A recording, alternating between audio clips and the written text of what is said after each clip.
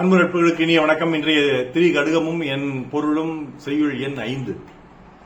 வழங்கா துறை இழிந்து நீர்போக்கும் ஒப்ப விழை விழா பெண்டிர்தோள் சேர்வம் உழந்து விருந்தினாய் வேற்றூர் புகழும் இம்மூன்றும் அரும் துயரம் காட்டும் நெறி.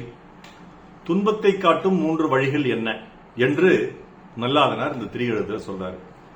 யாரும் இறங்கி நீராடாத பகுதியில் இறங்கி குளித்தலும் நீராடுதலும், தனக்கு ஒப்பாத விலை மாதரின் தோள்களைச் சேர்வதும், வருந்தி விருந்தினராய் வேறு ஊருக்கு செல்வதும் ஆகிய இந்த 3ம் ஒருவனுக்கு கடும் துன்பம் தரும் வழிகளாகுங்கிறார்.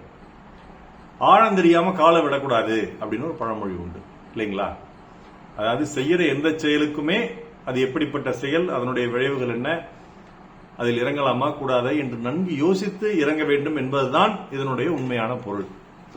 ஆனா நேரடி பொருளாக ஒரு ஆறு ஓடிட்டு இருக்குது, ஒரு குளம் இருக்கு, குட்டை இருக்கு, ஏரி இருக்கு, கிணறுனா தெரியும் நமக்கு ஆழமா இருக்குன்னு. இது எதுலையுமே அதனுடைய ஆழம் என்ன, அதுக்குள்ள ஒரு சுழல் இருக்கா, இதெல்லாமே தெரியாது. அந்த புதை மணல் இருக்கா, அதெல்லாம் தெரியாது. தெரியாம காலை விட்டோம்னா அது உள்ள இழுத்துரும் அல்லது அடிச்சுக்கிட்டு போயிடும். இது செய்யக்கூடாது. ஒன்று திரிகடுகம் சொல்ற செய்யக்கூடாதுன்னு சொல்றது, செஞ்சினா துன்பத்துக்கிட்டு செல்லும் சொல்ற முதல் விஷயம். 2வது விஷயம் என்னன்னா, பொருட்பெண்டிர் பொய்மை மிக்கம் இருட்டறையில் ஏதில் பிணந்தழியற்றுன்னு வள்ளுவர் சொல்றார். பொருட்பெண்டிர் விலை மாதர்கள், ஒருவரிடம் இருக்கும் காசு பணத்தை சொத்தை மட்டும் பார்த்து அவருடன் சென்று படுப்பவர்கள், அப்படிப்பட்ட பெண்களின் தோள்களை தழுவுபவர்கள் அவங்க என்ன ஆவாங்க அப்படின்னா துயரத்துல போய் முடிவாங்க. துயரத்துக்கு போறதுக்கு இன்னொரு வழி இந்த பொய்மை பிண்டரை பொருள் பிண்டரை தழுவுதல் அப்படின்னு 2வது நல்லாதனார் சொல்றாரு. 3வது என்ன சொல்றாருன்னா, மதியாதார் தலைவாசல் மிதியாதேன்னு ஔவையார் சொல்லியிருக்காங்க.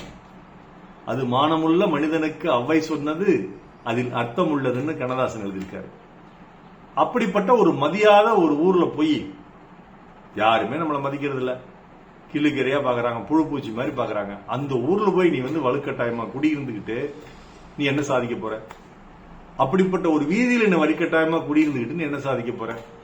அப்படிப்பட்ட ஒரு வீட்டிலையும் நீ வலுக்கட்டாயமா இருந்துகிட்டு என்ன சாதிக்க போற? ஒன்னும் சாதிக்க போறதில்ல.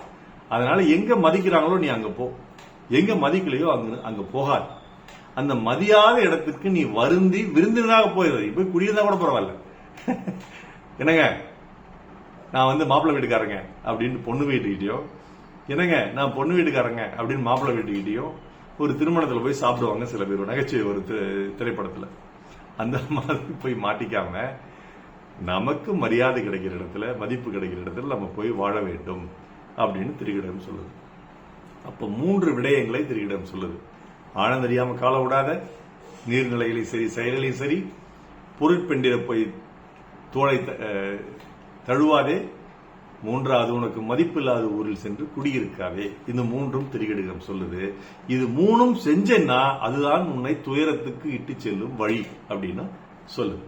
மீண்டும் திரிகடுகம், வழங்கா துறை இழிந்து நீர்போக்கும் ஒப்ப விழைவிழா பெண்டிர்தோள் சேர்வும் உழந்து விருந்தினாய் வேற்றூர் புகழும் இம்மூன்றும் அரும் துயரம் காட்டும் நெறி.